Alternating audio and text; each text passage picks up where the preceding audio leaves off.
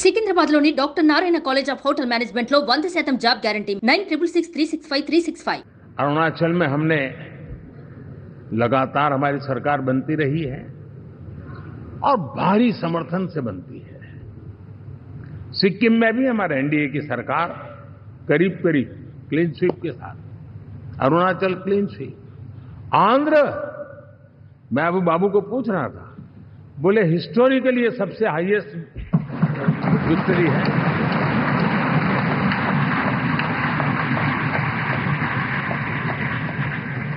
और ये जो यहां दिखता है ना पवन, ये पवन नहीं, आंधी है।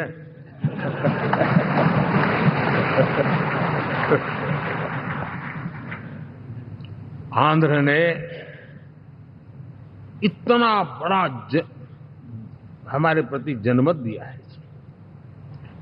हिंदुस्तान के लिए एक सामान्य मानवी की विकास की जो जिजीविषा है उसका प्रतिबिंब है। और महाप्रभु जगन्नाथ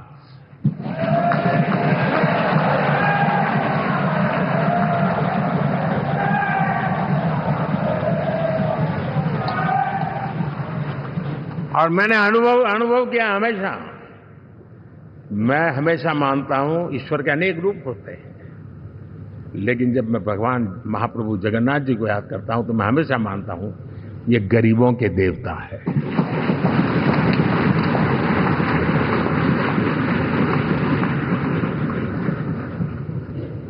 और वहां जो क्रांति रूप परिणाम आया है, मैं इसे एक रिवॉल्यूशन देख रहा हूं। और मैं इसके साथ कह सकता हूं कि विकसित भारत का हमारा जो सपना है, आने वाले 25 वर्ष, पहले मैंने 10 साल कहा था, यहां मैं 25 साल कह रहा हूं, आने वाले 25 साल महाप्रभु जगन्नाथ जी की कृपा से उड़ीसा देश की विकास यात्रा के ग्रोथ इंजन पैकी एक होगा।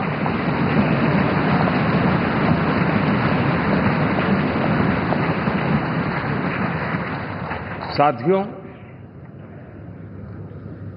हम लोग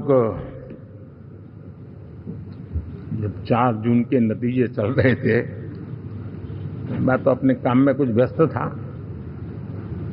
बाद में फोन फिर आना शुरू हो गए, तो मैंने किसी को पूछा, यार ये तो ठीक है आंकड़े वांकड़े, तो मुझे ये बताओ कि ईवीएम जिंदा है कि मर गया?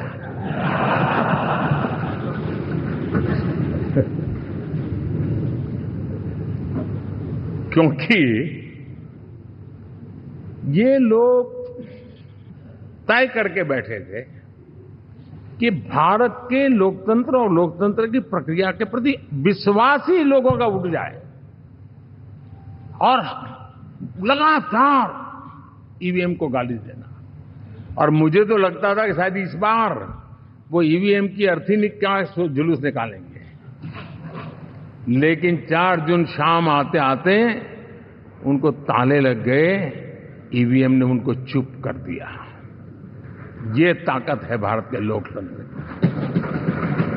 ये भारत है, भारत की ताकत है, भारत के चुनावी तंत्र की, चुनाव आयोग की। और मैं मानता हूं कि ये, आशा करता हूं कि 5 साल तो अब ईवीएम शायद मुझे नहीं सुनाई देगा, लेकिन जब 29 में हम जाएंगे तो फिर से शायद ईवीएम को लेकर के नाचने की शुरुआत करेंगे, लेकिन इनके सुधरने की संभावना बहुत कम है।